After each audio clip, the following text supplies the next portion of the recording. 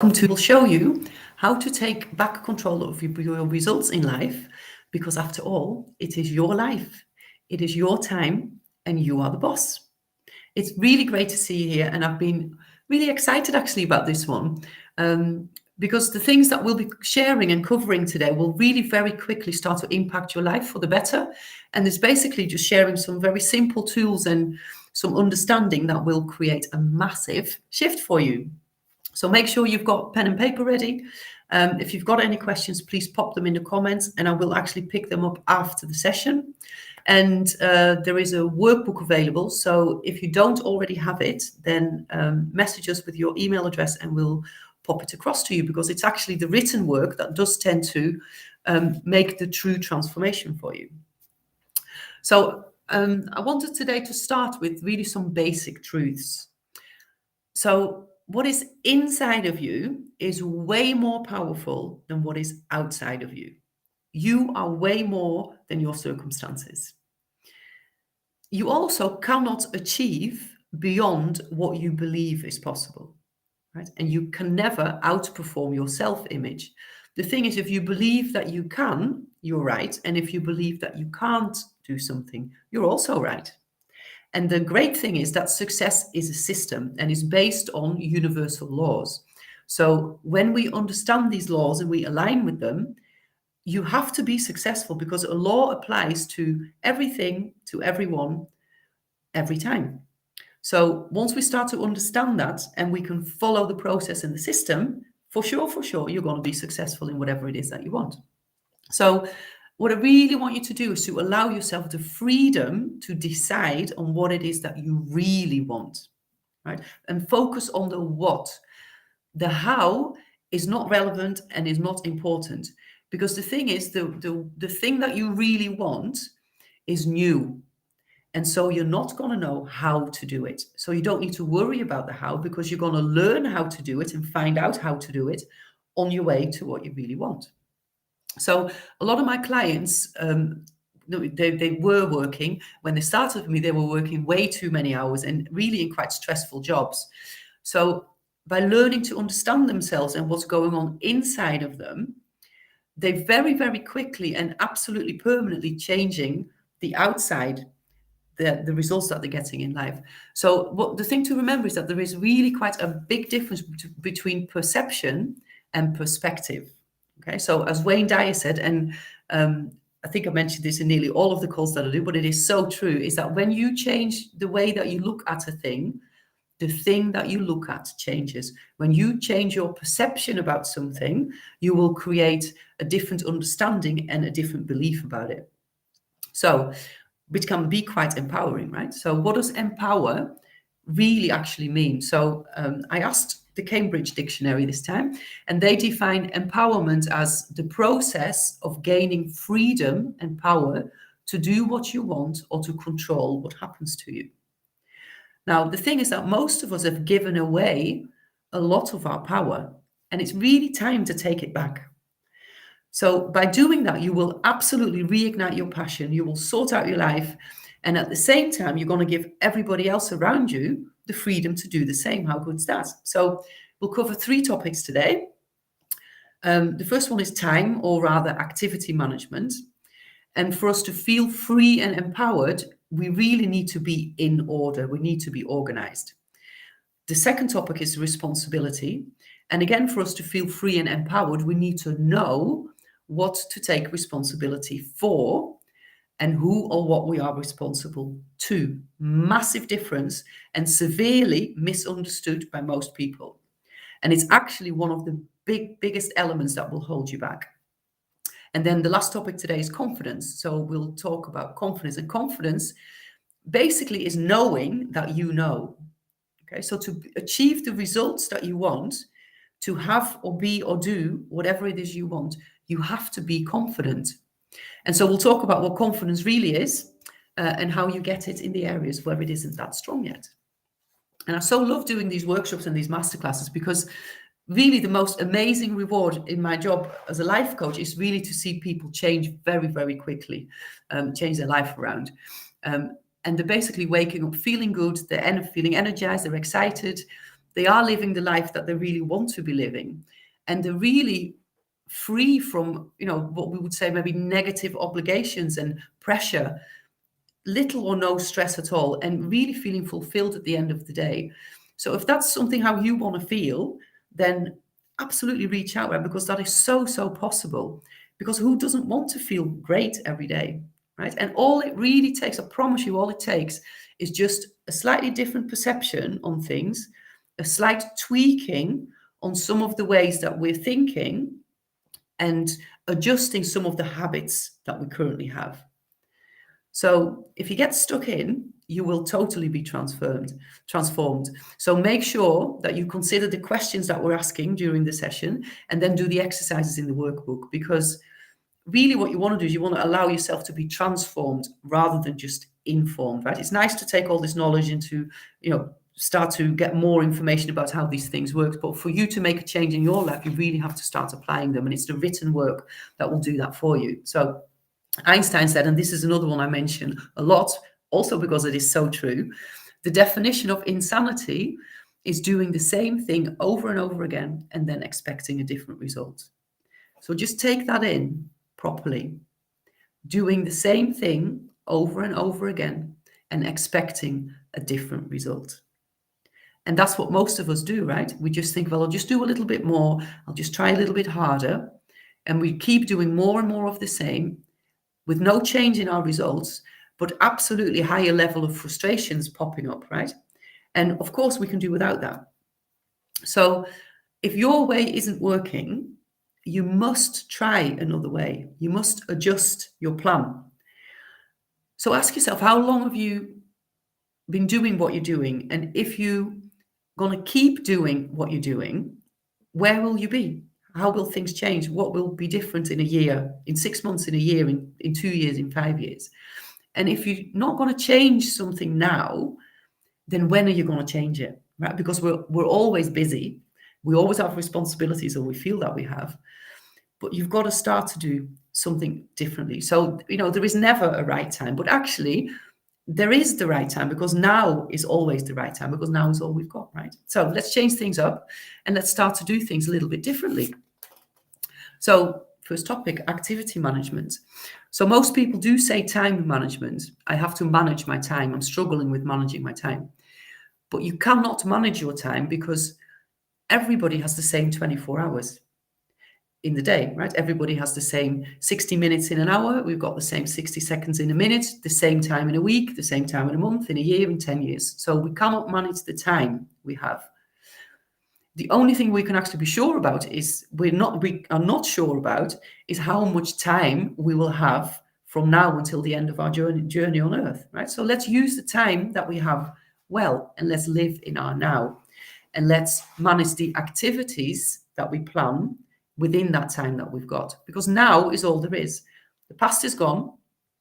And the thing is, you have to decide whether you're going to be a victim of your past, and if you're going to think of those experiences and feel like life's been done to you, or are you going to use those experiences, whether they were negative or positive, and allow them to empower you for the rest of your life, right? And the thing is, tomorrow never comes, right? You got to decide right here, right now, what you want your future to look like. And what you do in your now is going to dictate your future now. So the thing is that when we worry about the future, we are imagining something that we don't want. And we're imagining something that hasn't happened yet. And when we're looking forward to the future, when we're excited about the future, we imagine something that we do want. And it also hasn't happened yet. So worry, which we can also call fear or lack thinking, and looking forward, being excited, which we could call faith or abundance thinking, they both require us to believe in something that we cannot yet see, right? Because it hasn't happened yet. So you have a choice. Are you going to have fearful thoughts, or are you going to have thoughts that have faith that things will happen, that you believe the good things or the bad things are going to happen? So to feel good and to see the results that you really want, you're going to have to train your mind to think on the positive side of the spectrum to develop that faith. So let's get into it. So let me show you a few ways to how you can quickly de-stress, and create more free time. See, the thing is that we're human beings. We are spiritual beings in a body. We're having a human experience, and we are part of nature. Now, nature is always expanding, it's always growing, and it is always for well-being. So why not realize that and then consistently tell yourself that things happen for you, not to you. No matter how good or bad the experience, it's happening for you. It creates a very, very different feeling. When you think that something is happening for you, you feel empowered. When you think something is happening to you, you feel diminished, really. There's nothing you can do. Anyway, so one of the first laws of nature is order. So, for instance, fall or autumn comes after summer. Day comes after night. Night comes after day. You plant a seed, it sprouts, it buds, and then the flower unfolds. Everything is in order. So for us to feel good, because we are part of nature, we have to, and for us to be effective and productive and creative, we have to be in order, which means that our mind has to be in order. And the way that we get our mind in order basically is to get organized. So have you ever, maybe you've cleaned your house, done a spring clean, or you decluttered all your cupboards, or you cleared out your wardrobe, your kitchen cupboards, or maybe you cleaned your car, or you sorted the tools in your garden shed. When you've done that, it feels good, right? It feels free, it feels clear. You feel like you're tidied up. So you are then feeling clean and clear and uncluttered, and your mind is clear, clean and uncluttered. Put my teeth in. So anyway, as an aside, it is actually a really good exercise to do some mental housekeeping on a regular basis. Just clear out the past experiences that don't serve you anymore, the beliefs that no longer serve you, any ideas or thoughts and feelings that are really not conducive to achieving what you want. Get rid of them. So, the actions and the reactions and the responses that we display that don't move us further to our goals, get rid of them. So what I want you to do is think of your typical day. And think of some activities in that day. Maybe think of yesterday, or if it's your evening, maybe think of your day today.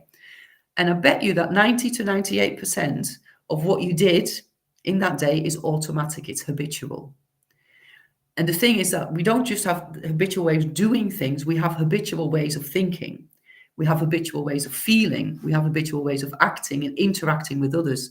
We have habitual ways of believing what is and isn't possible. Now, the thing is that we got into so many of these habits really without even realizing it. And, in line with a natural law, the law of cause and effect, each of our actions has a reaction, and we would call that reaction your result.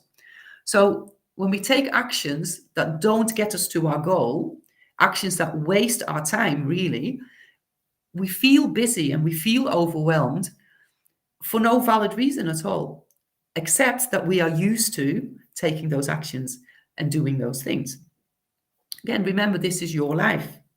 It's your time. It's no one else's. You are responsible for using your time in the most optimal way. And we talk about responsibility in a bit. So a great exercise to do to really get a grip of the activities that you are using your time for and how productive or effective that is or isn't. For a full week, every day, do what I call a day in the life of me. Write down everything you do every half hour or every hour and include everything, right? So include work, sports, chatting, any distractions that you have. Be honest about that. Any meetings that you have, times that you're eating, your bio breaks, getting ready, fag breaks, eating, everything. So write down every single thing that you do in the hours that you are awake. And then very quickly, you'll see areas where you are what we call leaking time. You're being distracted. So for instance, someone might stop you to have a chat. Maybe that's at home, it's in the garden, maybe it's on your walk, it's, at work. And before you know it, 20 minutes have passed and you've not talked about anything. Or maybe you've listened to someone complaining about something that has absolutely nothing to do with you. So cut those conversations short. You don't need to be rude. You can just say, sorry, I've got something I need to do. I've got somewhere I need to be. Let's catch up another time. Don't let someone else take up your time if it doesn't help you achieve what you want to achieve. And there is a time for socializing. The thing is, plan it. Plan your time for socializing. So a great way to keep your mind in order is to take control of your day. And really, if we control the start and the end of our day, we control our day because we can basically handle whatever happens in between those times. So start your day with a routine that you have decided on. For instance, make your bed, write in your gratitude journal. Maybe you do a workout first thing in the morning. Maybe you get ready, have breakfast with your loved ones. Whatever it is, make sure that it's a routine that you've chosen, even if it's 10 minutes. And then finish your day with a routine that you have decided on. So maybe you have a shower. Maybe you again write in your gratitude journal. Maybe you visualize your goals, etc. Even again, if it's just 10 minutes, make sure that it is a routine that you have decided on. And it doesn't matter what it is, except for the gratitude. So I always absolutely, urge you to have a gratitude journal and to write down every morning and every evening what you are grateful for. And in fact, what we do in my training is we write down 5 things that we are grateful for that are here now, so they've manifested already, and 5 things that we will be grateful for when they manifest in our future. Super, super, super important. So make sure you start your day with your routine and you end your day with your routine, and you will immediately feel way more in control, right? And you absolutely will be able to just deal with whatever happens in between that time. So let's talk planning and diaries. Super, super important to be organized if your mind is going to be in order. Okay? So we all have lots of different aspects to our lives. And so it is really important to put the planning into one place. So make sure that you have one diary or schedule that incorporates everything, and don't have a separate one for work and for home life, personal life. So put everything together. And to be organized, you've got a plan, right? Because that gives you the freedom, the feeling of freedom because of several things. So the thing is, when there is something that you need to do, it is on your mind and it's taking up brain space. Right? So but when you then plan that thing in your diary, you can actually forget about it until the time comes to do it. So when you take it out of your brain and put it into a schedule, forget about it. So a really great exercise to do is to start by writing one big list, could be several pages, of everything you can think of that needs to be done and everything you can think of that you want to do. And then categorize those by work and by private. And then you can subcategorize private if you want to, maybe into things that must be done, like you've got to eat, right? And you've got to paint the walls, or you've got to clear your shed or whatever. And then the things that you want to do, like a hobby, or maybe socializing. Now, many of my clients are really busy executives and business owners who work way too many hours, as I said before, and then they'll still think about work when they're not at work. Okay, but it's just a habit. So if that resonates with you, be sure I can't tell you how true this is. It is just a habit that you've got yourself into, right? So for sure, I can get you out of that habit. And here is what I recommend those people do. So block work time in your diary. So as an example, maybe start at 9 o'clock, break at noon, and then finish at 5 p.m. So some of those clients work globally. So for some of them, some of their days may have a 7 a.m. start, break at noon, and then maybe they start again for a couple of hours at 4 or 5 o'clock in the afternoon. But make sure that you plan and block your work time. That really is the key. Block it. You don't have to sort of fill it in with meetings, but just plan in your diary, work. From this time to this time, work. Okay. And it doesn't matter whether it's a full day or a split day, as long as you mark it, work. And then the key to do then is to plan all of your meetings and all of your work things within that blocked time, not outside of it, only in that blocked time. See, the thing is that if you've planned to finish work at 5 p.m., say, and someone then asks you to do a meeting, you will probably be inclined to say yes.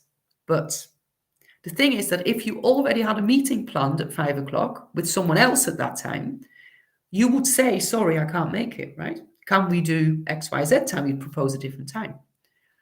So treat your free time, your time that comes after work time, as a really important meeting, and do not plan any meetings in that free time. So nearly all of the time, the meeting can be done another time. It doesn't have to be then. You don't have to accommodate someone else because they want to have a meeting at 5 o'clock. You can say, sorry, I'm otherwise engaged. Let's do it 4 o'clock, or let's do it the day after, for instance.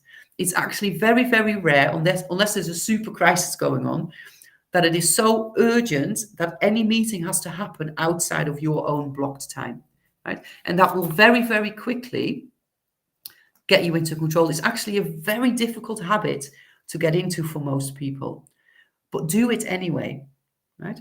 And to be fair, you will probably need a coach or an accountability buddy at least to stop you from drifting on that one, because you're so in the habit of accommodating other people who want to have a meeting with you that it's going to take some effort and some time and some awareness and some commitment, really, to make sure that you stick within those working times that you've blocked out. Okay, just take a drink. So we're going to do an exercise in a minute to illustrate how strong some habits are. Okay, and if you've been following me for a while and listened to some of my masterclasses before, you will know this one, but it's always a really good reminder. So I want you to fold your arms like that.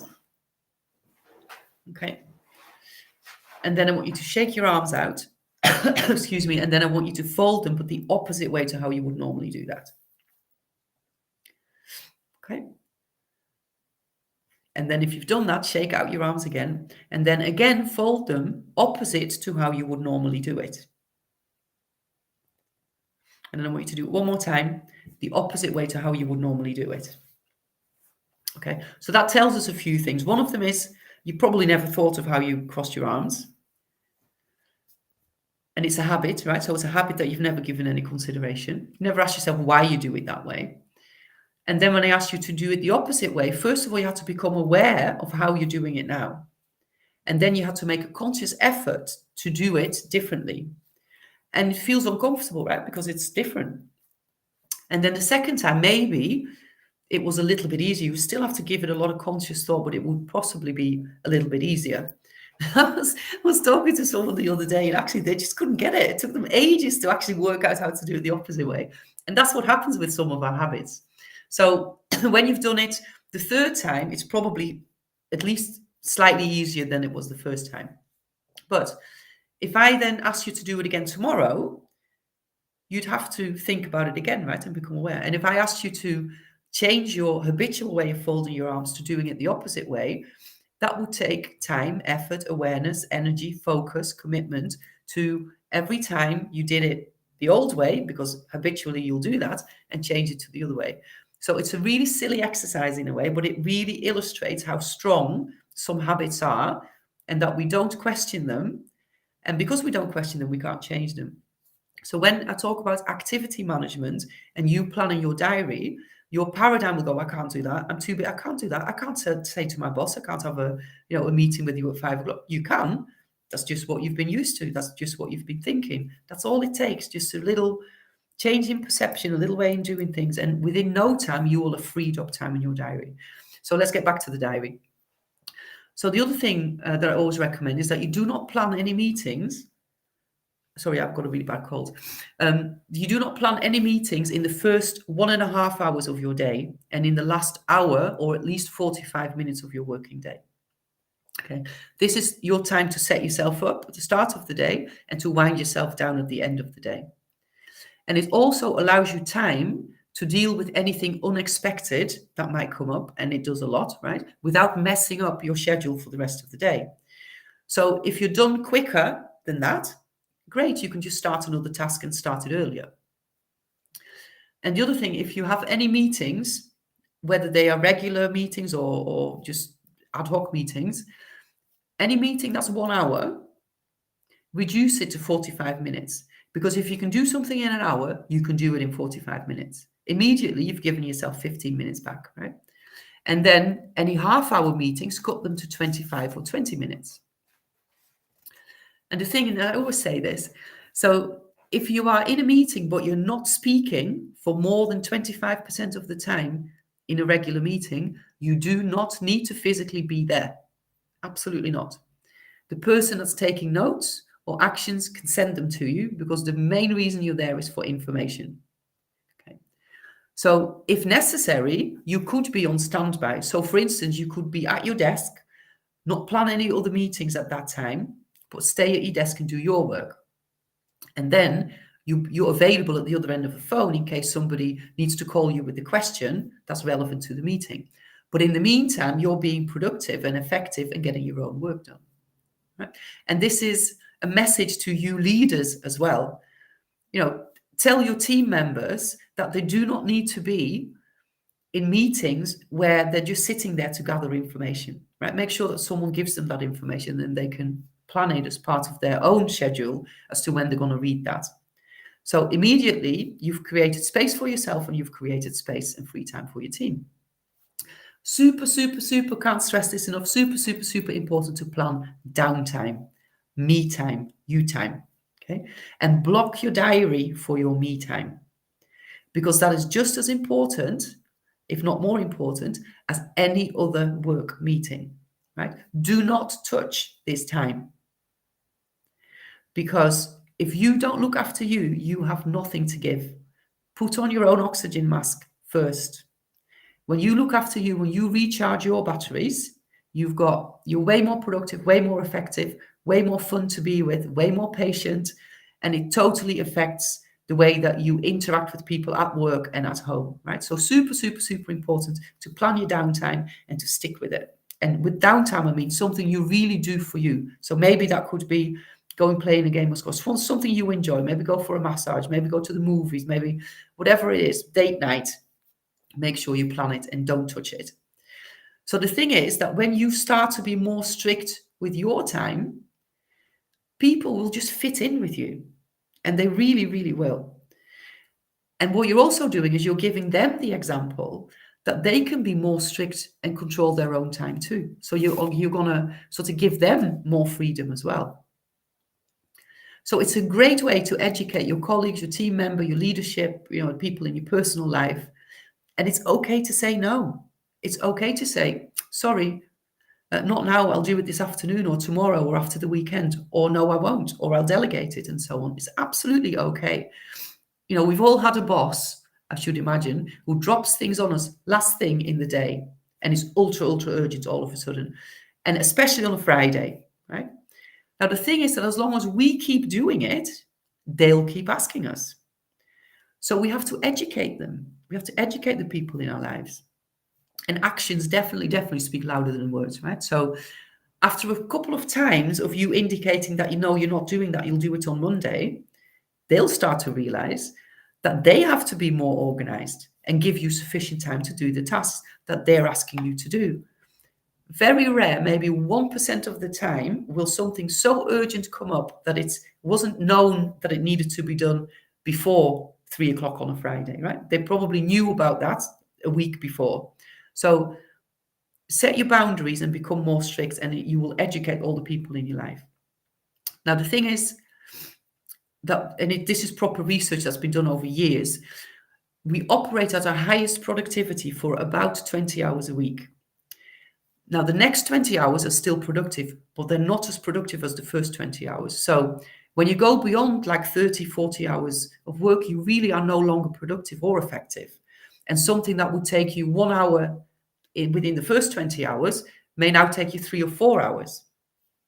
Now get beyond 50 hours, and a lot of people work more than 50 hours, right? And you will start eating into that productivity of the first 20 hours. So that doesn't help anybody, right? And really, really start to bear that in mind. You are not productive. You're not effective. You're not doing yourself, your business, or your loved ones any favors by working all of those hours.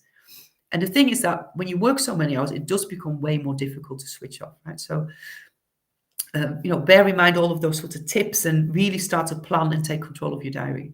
It really is just like working out in a gym. Your body needs to recover to build strength and to get ready for the next segment. Your mind also needs to recover so that you can start afresh with more power and more creativity and a new, fresh outlook. I always say this and laugh about this with my clients. So the thing is, who wants to have a meeting on a Friday? Really? Nobody wants to have a meeting on a Friday. Anyway, and you checking and sending emails over the weekend doesn't help anybody, because who on earth wants to come into a full inbox from you on a Monday and mess their day up? So you're not productive. You're not allowing other people to be productive. Doesn't do anybody any favors. So here's something else to think about. When you are good at something, you normally tend to enjoy it, right? The things that we're good at, we tend to enjoy. So the key thing is that you develop your strengths, because once you develop something you're already pretty good at, you're going to be excellent and amazing at it, right? Now, we all also have some weaknesses. So we also have things that we're not so good at. And normally we don't really tend to enjoy those things either. So we don't develop weaknesses. You want to manage your weaknesses. Delegate what you can delegate if it's not your thing. There is no point at all in spending any time or energy in developing a weakness. You feel shitty because you don't enjoy it, and you'll never become more than mediocre at it, right? So what is the point? You focus on your strengths and develop those. So there's some wise words here, actually, I picked up from a guy on TikTok the other day. Couldn't work out what his name was, but he was good. So he said, categorize your tasks. Categorize them into important and not important, and urgent and not urgent. So he said, if it is not important and not urgent, employ somebody to do it.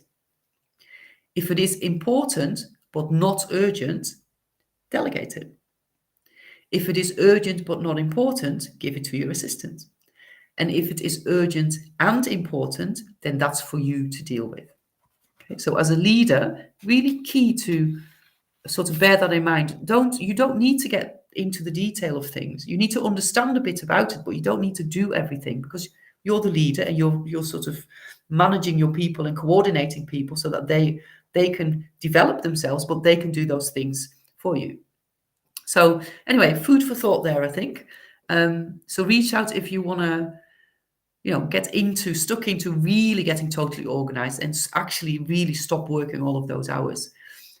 It will absolutely free your mind and your body then to do those things that you really want to be doing. And I promise you, it really is just a bad habit that you've gotten into, right? And believe me, I will absolutely help you get out of that habit. But you've got to make that first step, right? So said it a few times, I'll say it again. This is your time, your life, your schedule, your 24 hours. You are responsible for deciding what you do. No one else has control over it, unless, of course, you give it to them. So don't do that. And because it's not empowering, right? Giving someone else control over your time. So that leads us very nicely into the next topic, which is responsibility.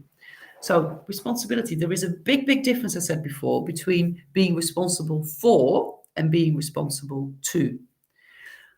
So being responsible to comes into play when you have made an arrangement with someone. For instance, you're employed to do a job. You are responsible to your employer to do the job, and your employer is responsible to you to pay you for it. Okay, so that's responsible to. So maybe you've made an appointment with someone, so you're responsible to that person to fulfill that appointment. Now, let's talk about being responsible for. So you would be responsible for your children before they reach the age of adulthood, and for any animals that you might choose to keep. But you are not responsible for how somebody else lives their life, how someone else chooses to feel. Note the key word here, choose. How someone else reacts, what someone else thinks of you. In fact, what someone else thinks of you is none of your business. Your business is how do you think of you. Now, the thing is that from being very young, we are conditioned to actually believe that we are responsible for how somebody feels or reacts or responds. So, for instance, your parents would want you to stop crying because then they would feel better. Maybe your boyfriend or your girlfriend wanted you to do something differently so that they could feel better. So how many relationships do you see? And maybe you're in one of those yourself, where one partner relies on the other to make them happy. Now, that can never have a happy ending. You've got to take responsibility for yourself, for your own feelings. So you're responsible for you, for your thoughts, your feelings, your actions, your reactions, your responses, your perception, your attitude, for setting your boundaries, right? For being clear to yourself and being clear to others. It makes life so much easier when you're like that.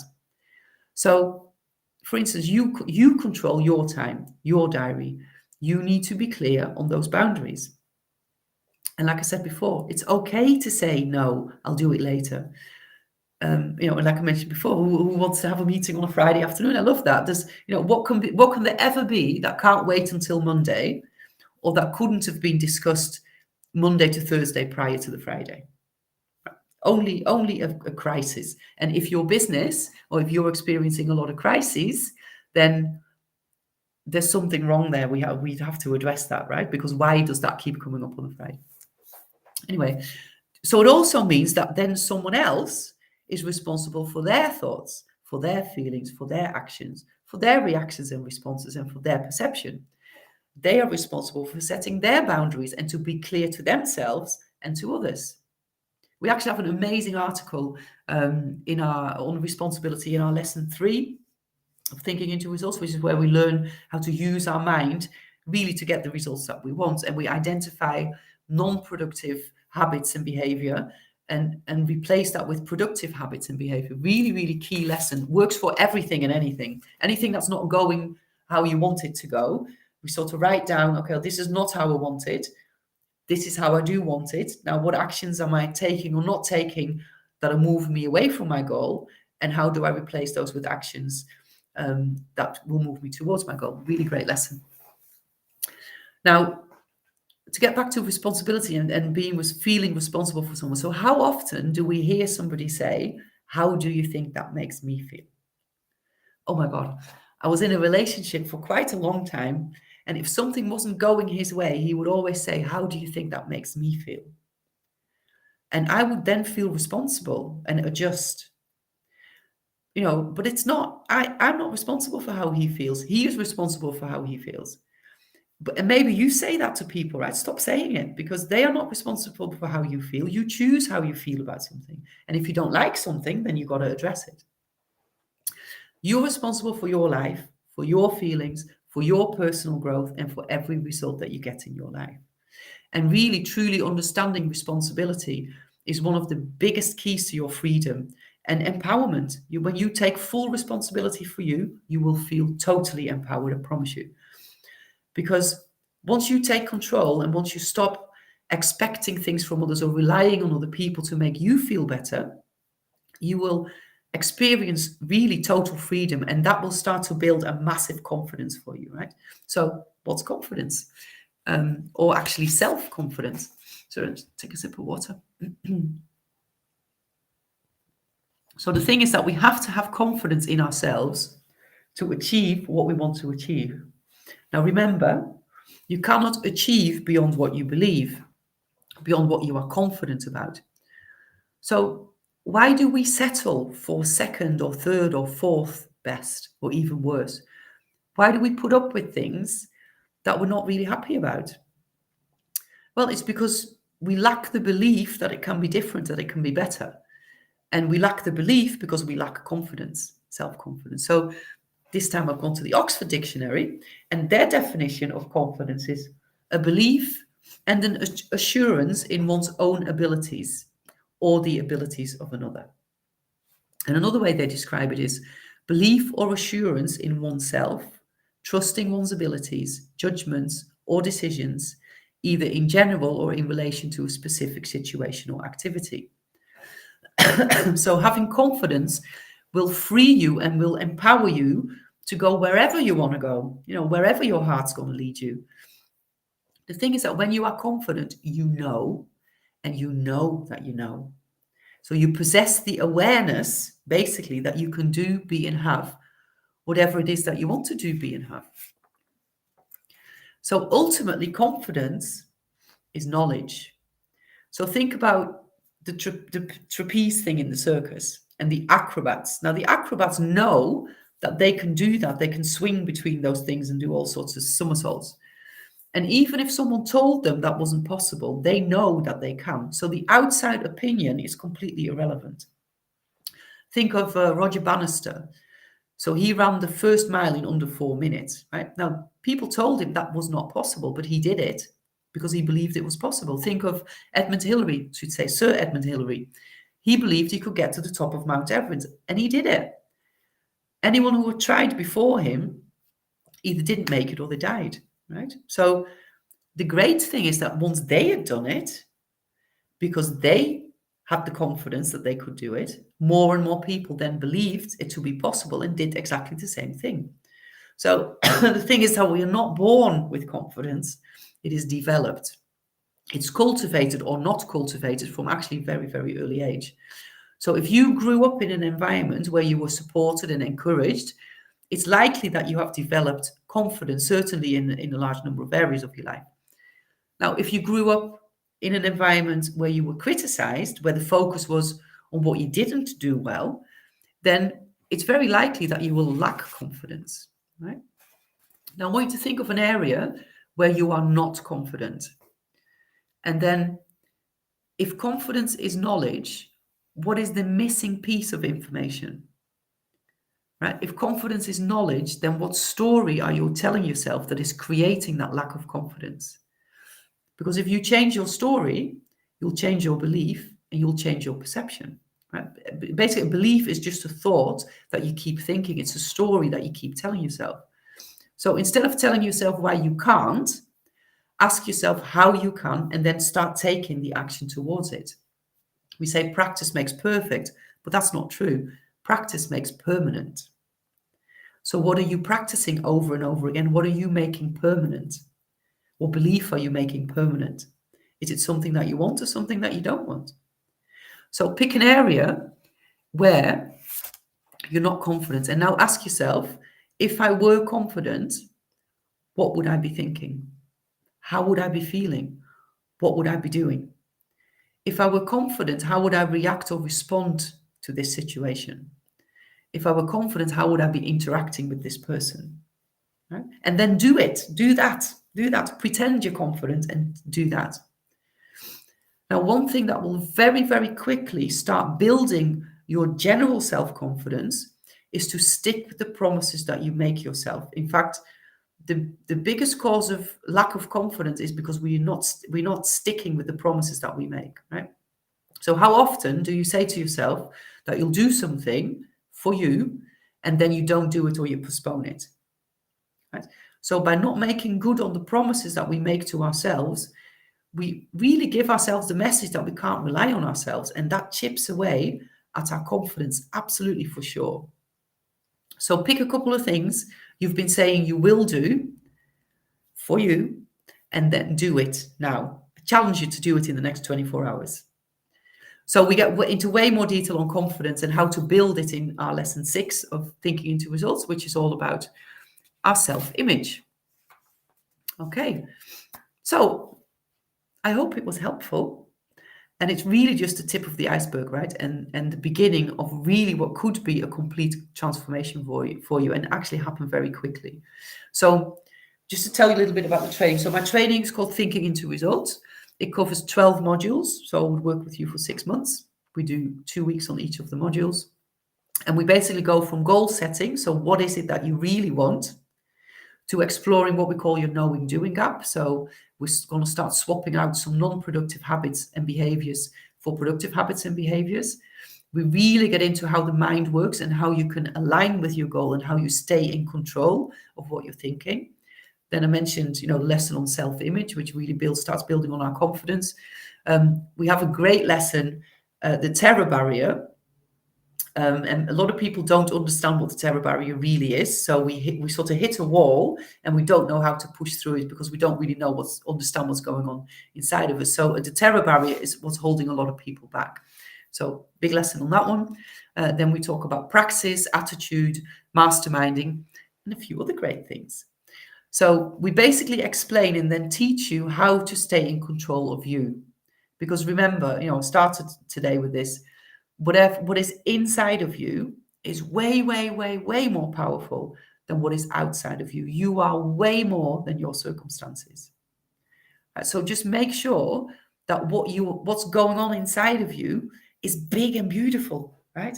And it's aligned with what you actually really want. And remember, it's the want that's important, the desire that's important. You really don't need to worry about the how, because as soon as we start thinking of the how, that holds us back.